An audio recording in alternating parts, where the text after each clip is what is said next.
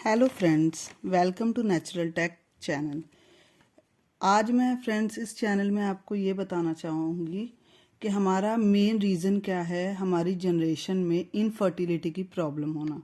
Infertility की problem मतलब क्या है कि आप प्रेग्नेंट होना चाहते हो, आप कंसीव करना चाहते हो बेबी, लेकिन आपका जो है बेबी नहीं कंसीव हो पा रहा है। ठीक है, आपकी कोशिश करने के बावजूद भी आप कंसीव नहीं कर पा रहे, आप प्रेग्नेंट नहीं हो पा रहे।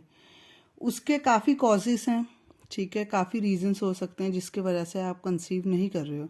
वही रीजंस जो है हम आज डिस्कस करेंगे, लेकिन वो रीजंस डिस्कस करने से पहले मैं आपको ये चीज़ बताना चाहूँगी कि कुछ कपल्स जो होते हैं ना, वो मतलब जैसे ये नहीं कि आपने 1 महीना आपने मतलब सेक्स कर लिया, ठीक है, आपका इंटरकोर्स हुआ है और आप उसी वक्त प्रेग्नेंट हो रहे हो, ऐसा नहीं होता। आपको कम से कम जो है 6 मंथ जो है आपको देखना चाहिए कि जैसे आपने मतलब अभी 6 मंथ आप रेगुलर बेस पर अपना इंटरकोर्स कर रहे हो, ठीक है, टाइम पीरियड पे अपना इंटरकोर्स कर रहे हो, लेकिन आप फिर भी कंसीव नहीं आप कर पा रहे हो। ठीक है, तो फिर उस टाइम में जो है आपको डॉक्टर को दिखाने की ज़रूरत है। ठीक है, और जो 90% जो कपल होते हैं उनको कम से कम जो है एक राइट टाइम पर सेक्स करना, ठीक है, उसके बाद में उनको कंसीव करने में कुछ टाइम जो है लगभग लग जाता है। ठीक है, उसके बाद में आपको किन हालातों में जो है आपको डॉक्टर के पास जाके अपने टेस्ट करवाने की ज़रूरत है। ठीक है, सबसे पहला पॉइंट ये है कि अगर आपकी जो एज है वो 35 ईयर्स है या उससे अगर ज़्यादा है और आपको 6 महीने हो चुके हैं बेबी के लिए ट्राई करते, फिर भी आप प्रेगनेंसी नहीं कंसीव कर पा रहे हो, तो उस केस में आपको डॉक्टर के पास जाने की ज़रूरत है और अपने टेस्ट करवाने की ज़रूरत है।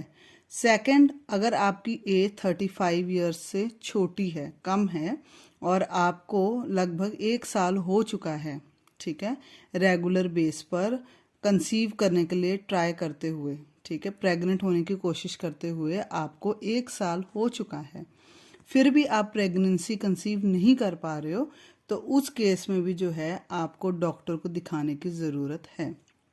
ठीक है, 2 पॉइंट हो गए। दो, जो 35 ईयर्स छोटे हैं उनको कम से कम 1 साल ट्राई करना चाहिए, और जो 35 ईयर्स से ऊपर हैं या 35 ईयर्स के हैं उनको कम से कम 6 महीने ट्राई करके उसके बाद में उनको डॉक्टर के पास जाना चाहिए और आपने जो है बाकी चेकअप करवाना चाहिए। ठीक है, उसके बाद में अभी हम जो है दूसरे पॉइंट्स जो है वो कवर करेंगे। ठीक है, उसमें पहला पॉइंट जो है, तो इसमें हमारा जो पहला पॉइंट है वो है राइट टाइमिंग। अब राइट टाइम आप सोचोगे कि कौन सा राइट टाइम है। राइट टाइम वो टाइम होता है कि जब आपका एवुलेशन होता है, तो आपने जो है सेक्स कब करना है, आपने अपना इंटरकोर्स कब करना है, या तो एवुलेशन के दिन करना है या एवुलेशन से 5 दिन पहले जो है आपने अपना इंटरकोर्स करना है।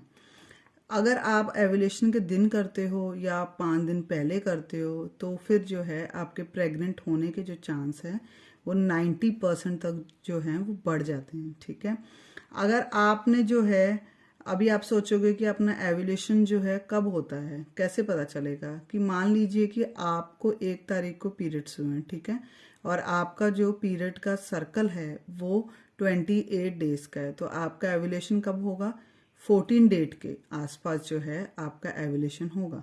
तो इसका मतलब ये है कि आपने 14 डेट के पहले 5 दिन से जो है अपना इंटरकोर्स करना शुरू कर देना है। ठीक है, पहले 14 डे से 5 दिन पहले, और 14 डेट होगी उस दिन तो आपने अपना इंटरकोर्स करना ही करना है, प्लस आपने जो 5 दिन पहले से जो है अपना इंटरकोर्स स्टार्ट कर देना है। उसका कारण ये होता है कि 5 दिन पहले करने में इंटरकोर्स, अगर आपका जो स्पर्म हो, जो मेल का स्पर्म होता है ना, वो आपके अंदर जो है अलाइव रहता है। 5 दिन जो है उसकी लाइफ स्पैन होती है। ठीक है, 5 दिन तक जो है मेल का स्पर्म हमारे अंदर जिंदा रह सकता है। ठीक है, मतलब यूट्रस में जो है वो जिंदा रह सकता है, और जैसे ही आपका एवुलेशन के दिन एग रिलीज होगा तो जो स्पर्म है वो मीट कर जाएगा। ठीक है, और जैसे ही स्पर्म और एग दोनों मीट होंगे तो फिर आप जो है प्रेगनेंसी कंसीव कर लोगे। इसीलिए जो हमारा राइट टाइम और बेस्ट टाइम जो होता है इंटरकोर्स का, वो यही होता है कि हम अपने एवुलेशन के दिन इंटरकोर्स करें या एवुलेशन के 5 दिन पहले से हम इंटरकोर्स करना स्टार्ट कर दें, और फिर हमारा जो एवुलेशन डेट है उस दिन तक जो है हम अपना रेगुलर बेस पर इंटरकोर्स करें, क्योंकि यही बेस्ट टाइम होता है प्रेगनेंसी के लिए। और मतलब कई जो है डॉक्टर्स का ये भी कहना है कि जो ये दिन होते हैं ये हमारे फर्टाइल डेज माने जाते हैं, क्योंकि ये बेस्ट टाइम होता है इंटरकोर्स करने के लिए। ठीक है, अगर आप ये 5 डेज में इंटरकोर्स करते हो, ठीक है, और एवुलेशन के दिन मतलब आप करते हो या एवुलेशन के 5 दिन आप पहले करते हो इंटरकोर्स, तो ये आपको जितना बेनिफिट देगा वो आपको बाकी दिन में कोई बेनिफिट नहीं दे सकेगा। ठीक है, क्योंकि प्रेगनेंसी जो है एवुलेशन के 5 दिन पहले से अगर आप इंटरकोर्स करते हो तो एवुलेशन के दिन जो है अगर आपका एग स्पर्म से मीट करता है तो ही आप जो है प्रेगनेंसी कंसीव कर सकते हो। ठीक है, इसीलिए यही हमारा बेस्ट टाइम होता है एवुलेशन टाइम पीरियड जो होता है, इसी टाइम में आप अपना इंटरकोर्स करें। अब हमारा सेकंड पॉइंट है एवुलेशन इश्यूज। एवुलेशन इश्यूज क्या होता है? ठीक है, जैसे मैंने आपको पहले पॉइंट में बताया था कि एवुलेशन जो है जब आपका होगा उसी टाइम में आप प्रेगनेंसी कंसीव करोगे। ठीक है, लेकिन कई लेडीज में क्या होता है कि उनका जो साइकिल होता है, मेंस्ट्रुअल साइकिल होता है, जो उनके पीरियड्स होते हैं वो या तो 35 डेज से भी लंबे होते हैं, ज़्यादा लंबे होते हैं। ठीक है, या फिर 21 दिन से जो है उनके पीरियड्स वो कम होते हैं। इसका मतलब क्या होता है कि 35 डेज तक अगर आपको पीरियड आते हैं, ठीक है, 35 डेज का अगर आपका डिफरेंस है पीरियड्स में तो आपके पीरियड्स रेगुलर हैं। और अगर आपका 22 डेज का भी पीरियड है तो भी जो है आपके पीरियड्स रेगुलर होते हैं। लेकिन अगर आपका 35 डेज से एक्सटेंड होते हैं पीरियड्स, ठीक है, या समझो 36-37 डेज बाद आपको आते हैं, ठीक है, तो आपका जो मेंस्ट्रुअल साइकिल जो होता है वो नॉर्मल नहीं है। ठीक है, और अगर आपके जो है पीरियड्स 21 डेज में आ जाते हैं या 21 डेज से पहले आ जाते हैं तो उस टाइम में भी जो है आपके पीरियड्स जो हैं वो हम इरेगुलर ही मानेंगे। इसका मतलब क्या होता है कि आपका जो है जिसे हम एग बोलते हैं, जिसे हम एवुलेशन कह देते हैं, वो जो है आपका सही नहीं हो रहा है। कि इसका मतलब ये कि आप एवुलेट नहीं करते हो।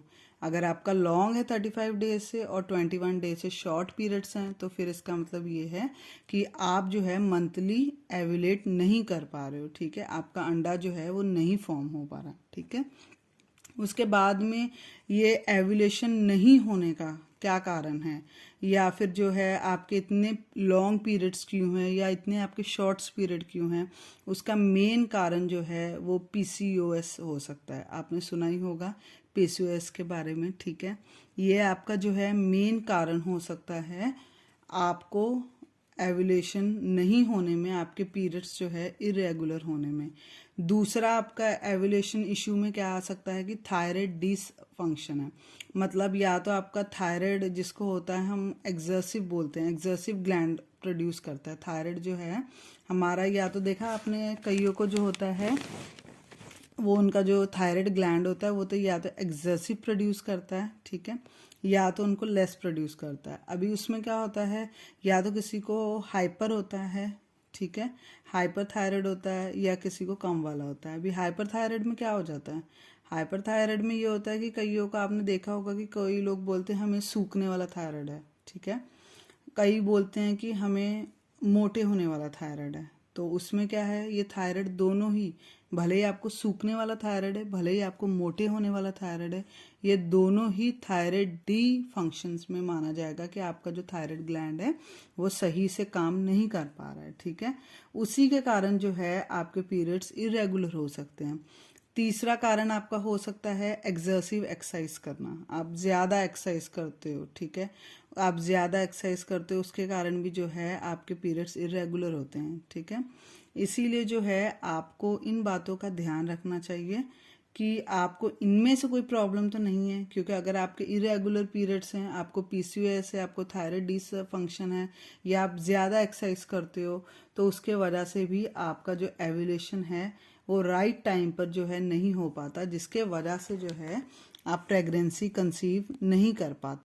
पॉइंट में आपका इनफर्टिलिटी का कारण क्या हो सकता है, इसमें आ सकता है कि सैमन या स्पर्म इशू।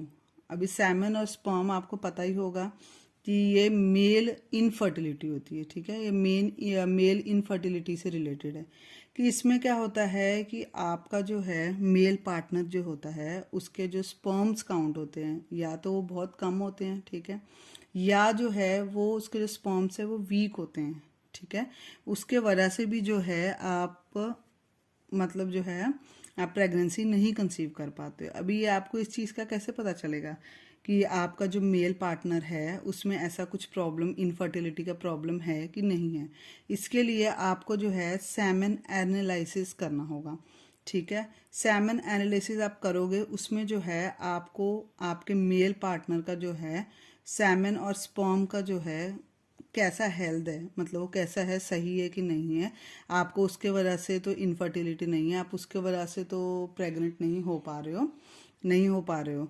तो वो चीज़ के लिए अगर आप जानना चाहते हो तो आपको जो है सैमन एनालिसिस टेस्ट कराना पड़ेगा। उसमें जो है आपके जो मेल पार्टनर है उसका सैमन का, स्पर्म का, ठीक है, जो भी है सैमन स्पर्म का जो भी हेल्थ होगा, अगर वो वीक हैं तो भी उसमें आ जाएगा, अगर उनका काउंट कम है तो भी उसमें आ जाएगा।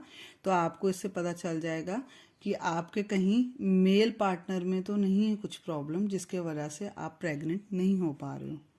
अभी हमारा फोर्थ पॉइंट जो है वो है age related issue. Age related issue में क्या आता है कि जो वुमेन्स होती हैं वो 35 एज से अबव है, मतलब उनकी जो एज है वो 35 ईयर्स से ऊपर है। और जो मेन हैं, जो आदमी हैं, उनकी जो उम्र है वो 40 साल से ऊपर है। तो उनको जो है थोड़ा ज़्यादा टाइम लग सकता है प्रेगनेंसी होने में, ठीक है, उन्हें कंसीव करने में थोड़ा ज़्यादा टाइम लग सकता है। अभी इसका मतलब ये नहीं होता है कि अगर आप 35 ईयर्स से ऊपर भी आपकी एज है और आपको रेगुलर पीरियड आ रहे हैं, आपको पीरियड सही आ रहे हैं, तो आपका एग जो है, एग की जो क्वालिटी है वो बिल्कुल सही है। ऐसा नहीं होता है बिल्कुल भी। इसमें क्या होता है कि अगर आपकी एज ज़्यादा हो चुकी है तो 35 ईयर से अबाव है, और अगर आपके जो हस्बैंड है वही 40 से अबाव हैं, तो अगर आपके 35 ईयर से अबाव है आपकी एज फीमेल की, तो उनकी जो एग की क्वालिटी होती है, ठीक है, और जो उनकी क्वांटिटी होती है, ठीक है, उनके काउंट्स जो होते हैं उसमें ये ज़रूर ये उनकी जो उम्र है वो इफ़ेक्ट करती है, प्रभाव डालती है, ठीक है। आप ये नहीं कह सकते हो कि मेरे रेगुलर पीरियड्स आ रहे हैं तो मेरा बिल्कुल सही है, मैं माँ बन सकती हूँ, ऐसा नहीं होता है। इसमें जैसे आपकी एज बढ़ती है वैसे वैसे जो है आपकी एग की क्वालिटी और क्वांटिटी दोनों पर ही जो है इफ़ेक्ट होता है। और अगर वही जो चीज़ है मेल में भी होती है, अगर उनकी एज 40 से अबाव है तो उनका जो स्पर्म का काउंट होता है, ठीक है, स्पर्म का जो काउंट होता है वो ये कम हो जाता है। उनका जो एग्जेसिव जब एज होती है उनकी भी 40 से ऊपर हो जाती है उम्र, तो जो उनका स्पर्म होता है, जो इनको हम शुक्राणु कह देते हैं, वो उनका जो है काउंट कम हो जाता है, ठीक है। प्लस जो उनके स्पर्म होते हैं वो कमज़ोर हो जाते हैं, जिसके वजह से भी जो है आप प्रेगनेंसी नहीं कंसीव कर पाते हो। अभी हमारा फोर्थ पॉइंट जो है वो है age related issue. Age related issue में क्या आता है कि जो वुमेन्स होती हैं वो 35 एज से अबव है, मतलब उनकी जो एज है वो 35 ईयर्स से ऊपर है। और जो मेन हैं, जो आदमी हैं, उनकी जो उम्र है वो 40 साल से ऊपर है। तो उनको जो है थोड़ा ज़्यादा टाइम लग सकता है प्रेगनेंसी होने में, ठीक है, उन्हें कंसीव करने में थोड़ा ज़्यादा टाइम लग सकता है। अभी इसका मतलब ये नहीं होता है कि अगर आप 35 ईयर से ऊपर भी आपकी एज है और आपको रेगुलर पीरियड आ रहे हैं, आपको पीरियड सही आ रहे हैं, तो आपका एग जो है, एग की जो क्वालिटी है वो बिल्कुल सही है। ऐसा नहीं होता है बिल्कुल भी। इसमें क्या होता है कि अगर आपकी एज ज़्यादा हो चुकी है तो 35 ईयर से अबाव है, और अगर आपके जो हस्बैंड है वही 40 से अबाव हैं, तो अगर आपके 35 ईयर से अबाव है आपकी एज फीमेल की, तो उनकी जो एग की क्वालिटी होती है, ठीक है, और जो उनकी क्वांटिटी होती है, ठीक है, उनके काउंट्स जो होते हैं उसमें ये ज़रूर ये उनकी जो उम्र है वो इफ़ेक्ट करती है, प्रभाव डालती है, ठीक है। आप ये नहीं कह सकते हो कि मेरे रेगुलर पीरियड्स आ रहे हैं तो मेरा बिल्कुल सही है, मैं माँ बन सकती हूँ, ऐसा नहीं होता है। इसमें जैसे आपकी एज बढ़ती है वैसे वैसे जो है आपकी एग की क्वालिटी और क्वांटिटी दोनों पर ही जो है इफ़ेक्ट होता है। और अगर वही जो चीज़ है मेल में भी होती है, अगर उनकी एज 40 से अबव है तो उनका जो स्पर्म का काउंट होता है, ठीक है, स्पर्म का जो काउंट होता है वो ये कम हो जाता है। उनका जो एग्जेसिव जब एज होती है उनकी भी 40 से ऊपर हो जाती है उम्र, तो जो उनका स्पर्म होता है, जो इनको हम शुक्राणु कह देते हैं, वो उनका जो है काउंट कम हो जाता है, ठीक है। प्लस जो उनके स्पर्म होते हैं वो कमज़ोर हो जाते हैं, जिसके वजह से भी जो है आप प्रेगनेंसी नहीं कंसीव कर पाते हो। 6th पॉइंट है अदर मेडिकल इश्यूज़। अभी अदर मेडिकल इश्यूज़ में कौन सी चीज़ होती हैं? मेडिकल इशू जो है ये मैन के साथ भी हो सकता है, आदमी के साथ भी हो सकता है और औरत के साथ भी हो सकता है, ठीक है। ये ऐसा नहीं है कि ये सिर्फ फीमेल्स में मेडिकल इशू होगा या उन्हें बीमारी होगी तो वो कंसीव नहीं कर रही हैं। अगर मैन को भी कुछ प्रॉब्लम है तो भी वो कंसीव नहीं कर पाते हैं। अभी इसमें प्रॉब्लम में कौन सी प्रॉब्लम आ सकती है? एक होता है थायराइड इम्बैलेंस, ठीक है, जो मैंने आपको एक पॉइंट बताया था ना कि आपका जो थायराइड ग्लैंड है वो सही से काम नहीं कर रहा होता है, तो उसके कारण भी आप प्रेगनेंसी नहीं कंसीव कर पाते हो, ठीक है। और दूसरी चीज़ जो होती है वो होता है अनडायग्नोस्ड डायबिटीज़। अगर आपके मेल पार्टनर को, अगर आदमी को भी जो है डायबिटीज़ है तो भी जो है आप प्रेगनेंसी नहीं कंसीव कर पाओगे। या फिर आपको सेक्सुअली ट्रांसमिटेड डिजीज़, अगर आपको एक दूसरे से कोई सेक्सुअली कोई डिजीज़ ट्रांसमिट हो गया हो, कि आपको मतलब कोई डिजीज़ जो है एक दूसरे से फैल गया हो, तो भी जो है आप प्रेगनेंसी नहीं कंसीव कर पाओगे, ठीक है। इसमें आपको मेडिकल इशू में सिर्फ 3 चीज़ों का ध्यान रखना है। एक थायराइड इम्बैलेंस, ठीक है, दूसरा है कि डायबिटीज़ को चेकआउट करवाना है, ठीक है, और तीसरा हो सकता है सेक्सुअली ट्रांसमिटेड डिजीज़ जो है आपको एक दूसरे से कहीं पे फैला तो नहीं है, उसके वजह से भी जो है आप प्रेगनेंसी नहीं कंसीव कर पाओगे, ठीक है। और दूसरा एक आजकल बहुत ही कॉमन चीज़ है कि फाइब्रॉइड या सिस्ट, ये चीज़ें जो है हमारी फर्टिलिटी को बहुत इफ़ेक्ट कर रहा है, ठीक है, फीमेल्स की फर्टिलिटी को बहुत इफ़ेक्ट कर रहा है। क्या आपने सुना होगा कि किसी को मतलब एक फाइब्रॉइड माने क्या, रिसौली टाइप रसौलियाँ होती हैं ना, किसी को पानी वाली रसौली होती है, किसी को मांस वाली होती है, किसी को खून वाली होती है, ठीक है। ये रसौलियाँ जो है जिसे हम फाइब्रॉइड बोल देते हैं मेडिकल लैंग्वेज में, ये भी अगर आपके अंदर कहीं ना कहीं पे फैलोपियन ट्यूब्स में है, ठीक है, या यूट्रस के आसपास कहीं पर है, या मतलब कहीं पर भी आपके जो है, जो आपके प्रेगनेंसी से रिलेटेड जो है ऑर्गन हैं, अगर उनके आसपास में कहीं पर भी है, ठीक है, तो भी जो है आप प्रेगनेंसी नहीं कंसीव कर पाओगे, ठीक है। शुरू में जो है ये सिस्ट आपको नहीं पता चलेंगे, या आपके जो है फाइब्रॉइड्स है आपको नहीं पता चलेगा। जब तक ये कोई सिम्टम्स नहीं इशू करता है उतनी देर जो है आप सबको पता है कि हम टेस्ट करवाने भी नहीं जाते हैं। जब ये सिम्टम को इशू करता है, हमें कोई प्रॉब्लम होती है, उस वक्त हम जो है टेस्ट करवाते हैं और फिर हमें वहाँ पर पता चलता है कि हमें फाइब्रॉइड हो गया या फिर हमें हमारे जो है कोई सिस्ट है, तो फिर उस टाइम में हमें पता लगता है, ठीक है। ये भी एक मेन कारण हो सकता है आपको प्रेगनेंसी नहीं कंसीव होने में, आप जो है कंसीव नहीं कर पा रहे हो, ठीक है। फ्रेंड्स, मैंने आपसे जो है 6 मेन कारण कौन से हैं जिसके वजह से हमारे में इनफर्टिलिटी की या प्रेगनेंसी नहीं हो पा रही है, इसका क्या कारण हो सकता है, वो मैंने आपके साथ डिस्कस की है, ठीक है। अब आपको मैंने ये सारी चीज़ें बताई हैं कि कौन से हर एक चीज़ मैंने आपको विस्तार में बताई है। अब मेरा ये कहने का मतलब है कि जब भी आप प्रेगनेंसी ट्राई करो, ठीक है, पहले आप जो है मेरे टिप्स फॉलो करें। सबसे पहले टिप्स है कि राइट टाइम में आपने इंटरकोर्स करना है, एवुलेशन के 5 दिन पहला या एवुलेशन के दिन, ठीक है। सेकंड पॉइंट ये है, आपने ये ध्यान रखना है कि आपका जो पीरियड्स है वो रेगुलर है कि नहीं है, ठीक है। उसके बाद में जो है आपने ये ध्यान रखना है कि आपको और कोई, अगर आप मतलब रेगुलर टाइम पर अपना इंटरकोर्स कर रहे हो, ठीक है, उसके बाद में जो है आपको पीरियड्स भी जो है आपके रेगुलर हैं, ठीक है, फिर उसके बाद में आपने 6 मंथ, जिनकी एज जो है 35 ईयर्स से नीचे है, ठीक है, उनको जो है 1 साल तक जो है रेगुलर वो ट्राई कर सकते हैं, ठीक है। और जिनकी एज जो है 35 से ऊपर है वो कम से कम 6 महीने हमारे जो है राइट टाइम पर जो है वो अपना इंटरकोर्स करें। उसके बावजूद अगर वो नहीं कंसीव कर पाते हैं तो फिर वो किसी डॉक्टर के पास जाके अपने जो है हमने टेस्ट बताए हैं आपको, वो अपने टेस्ट जो है वो रेगुलर बेस पर वो करवाएं। अगर उन्हें कोई भी प्रॉब्लम आती है उसमें तो उनका प्रॉपर जो है मेडिकल इलाज जो है उससे फिर चालू हो सकता है, ठीक है। वैसे तो अगर आप राइट टाइम पर करते हो और अगर आप हेल्दी हो तो आपका जो कंसेप्शन है वो ज़रूर होगा फ्रेंड्स, ठीक है। इसके लिए आपको सारी ही लेडीज़ को जो है बेस्ट ऑफ लक मेरे तरफ से। और ऐसे ही मैं आपको जो है अच्छे अच्छे टिप्स लेके आपके प्रेगनेंसी से रिलेटेड आपको क्या करना चाहिए, कैसे करना चाहिए और कब करना चाहिए, ये सारी चीज़ के बारे में जो है मैं एक एक करके आपके सामने सारी वीडियोस जो है वो लेके आऊँगी। इसके लिए अगर आपको मेरी वीडियो अच्छी लगी तो आप मेरी वीडियो को सब्सक्राइब करें, ताकि जब मैं नेक्स्ट वीडियो अपनी अपलोड करूं तो उस टाइम में आपको नोटिफिकेशन आ जाए फ्रेंड्स। और फिर जो है आप मेरी वीडियो देख के अपनी प्रेगनेंसी कंसीव करने में हेल्प ले सकते हैं, ठीक है।